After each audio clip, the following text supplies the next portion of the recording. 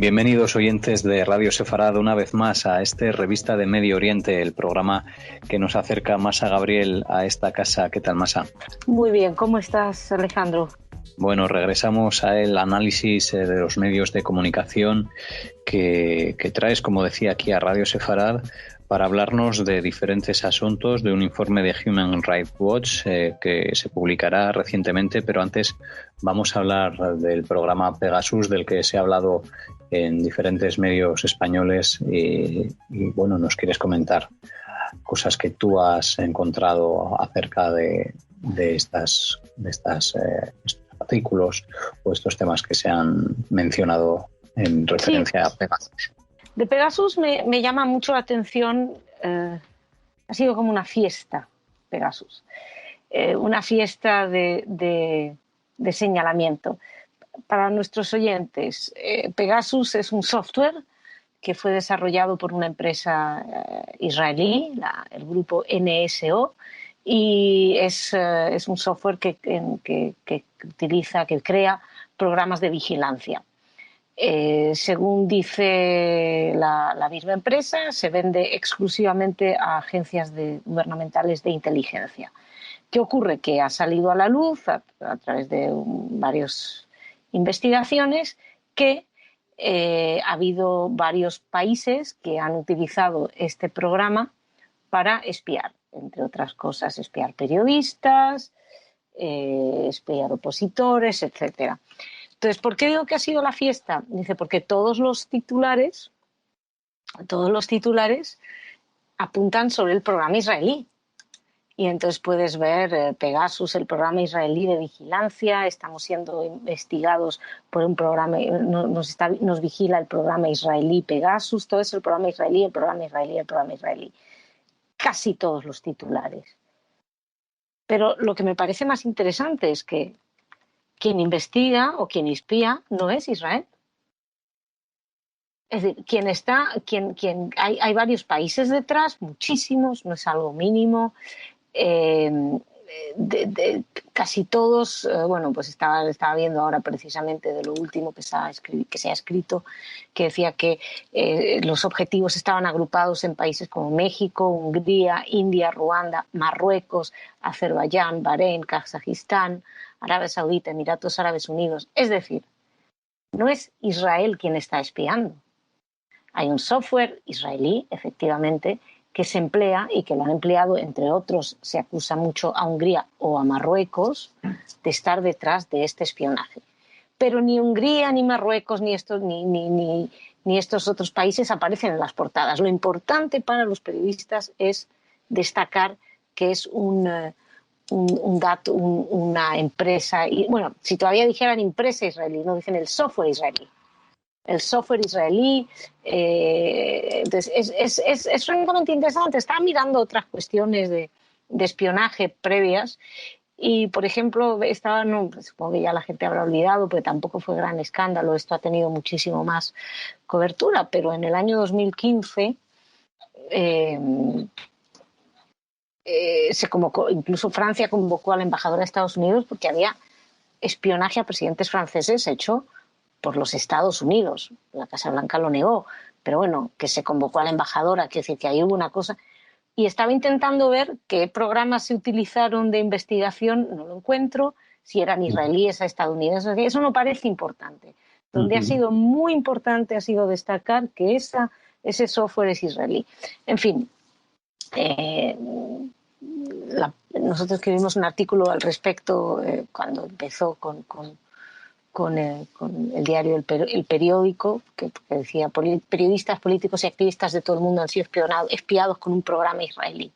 O sea, el programa israelí otra vez, ¿no?, se vuelve en el protagonista. Pero bueno, la cuestión, más allá de todas las importancias que pueda tener o la responsabilidad que pueda tener el grupo NSO, que Israel está haciendo una investigación al respecto para ver a quién se le vendió, etcétera.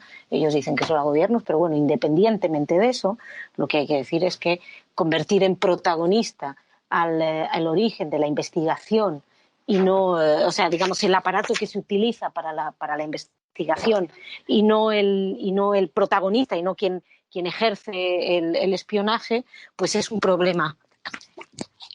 Entonces, bien, pues es interesante comentar este asunto de este software de Pegasus, que como decía Massa, se ha venido hablando mucho de él en esta fiesta hipotética que han hecho con digo, bueno, la fiesta del toda la anti-israelí, información. la fiesta del anti-israelí, porque de repente, vamos, es como la esencia de todos los titulares.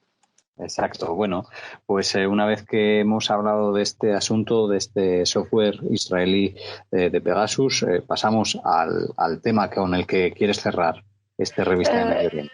Sí, es un tema eterno. Human Rights Watch. Human Rights Watch presenta ahora el nuevo informe, un nuevo informe que va a salir a la luz, en el que, oh sorpresa, se acusa a Israel de cometer crímenes, etcétera. Pero bueno, más allá del informe en sí, que no es nada nuevo, es lo de siempre, hay varias preguntas interesantes, porque una de las cosas que dice el propio Human Rights Watch, que llama informe algo que, bueno, pues que más que un informe parece reiteración de lo que siempre vienen diciendo, hablan de, fíjate, se titula Gaza, aparentes crímenes de guerra durante los combates de mayo.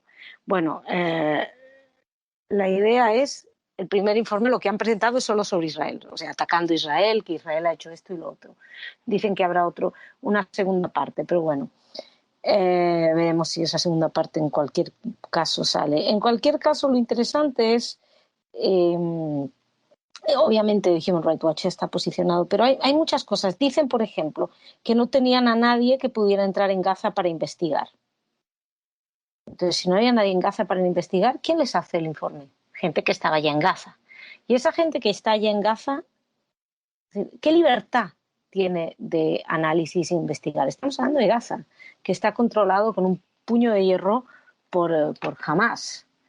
Se sabe a ciencia cierta que Hamas utiliza lugares civiles para disparar desde ahí, para guardar armamento. Hay túneles debajo de instalaciones civiles.